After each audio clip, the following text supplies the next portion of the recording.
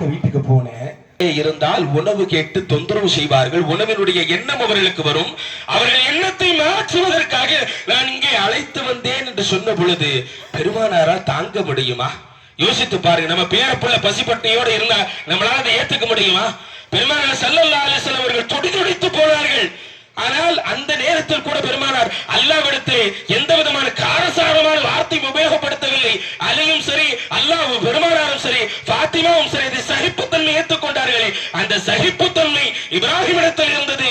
அல்லாஹ் தஆலா உயர்ந்த மக்காமை கொடுத்தான். இன்றைக்கு நாம் அதை தொலைத்திருக்கிறோம். அதனால் மிகப்பெரிய சோதனையிலே மாட்டியிருக்கிறோம். அல்லாஹ் தஆலா பாதுகாப்பானாக. சொன்ன டைம் நெருங்கிருச்சு. அதனால இப்ராஹிம் அலைஹிஸ்ஸலாம் அவர்கள் வாழ்க்கையில் இருந்து நாம் கற்றுக்கொண்டிருக்கிற மிக முக்கியமான, சீக்கிரமா கொஞ்சம் வருவீங்களா?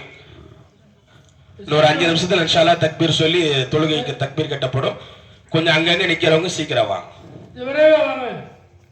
சரியா 7 மணிக்கு ஆரம்பிக்கிறோம்னு சொன்னா 7 மணிக்கு ஆரம்பிச்சிடும். இன்ஷா அல்லாஹ் சீக்கிரம் வாங்க.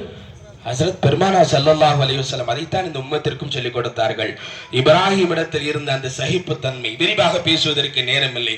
இப்ராஹிமிடத்தில் இருந்த இலகிய குணம், இப்ராஹிமிடத்தில் இருந்த அல்லாஹ்வின் பக்கம் மீளுதல், இந்த 3 குணம் என்றைக்கு இந்த சமூகத்திற்கு வருகிறதோ நிச்சயமாக அன்றைக்கு இப்ராஹிமுக்கு கிடைத்த மதிப்பும் மரியாதையும் அந்தஸ்தும் கண்ணியமும் நமக்கும் உண்டு என்பதில் சந்தேகமில்லை. அல்லாஹ் ஜல்ல ஷானு வ தஆலா இப்ராஹிம் அலைஹிஸ்ஸலாம் எந்த சிறப்பான குணங்களை கொண்டு அல்லாஹ்விடத்தில் உயர்ந்த மக்காமை அடைந்தார்களோ அந்த சிறப்பான குணங்களை அல்லாஹ் நமக்கும் நம் சந்ததிகளுக்கும் தருவானாக.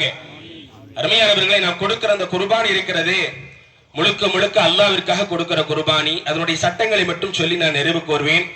இந்த குர்பானியை 3 பங்கா வைங்க.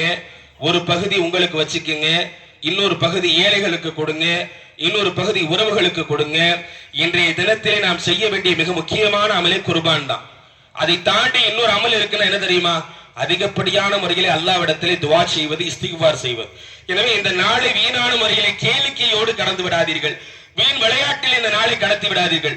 முழுக்க முழுக்க அல்லாஹ்விற்கு நன்றி செலுத்துவதற்காக இந்த நாளை நாம் பயன்படுத்தினால் நிச்சயமாக அல்லாஹ் தஆலா நாம் கொடுக்கிற, நாம் செய்கிற எல்லா அமலையும் ஏற்றுக்கொள்வான். அல்லாஹ் ரப்பல் ஆலமீன் நாம் கொடுக்கிற குர்பானையும் அங்கீகரிப்பானாக, நாம் செய்கிற இபாதத்துகளையும் ஏற்றுக்கொள்வானாக.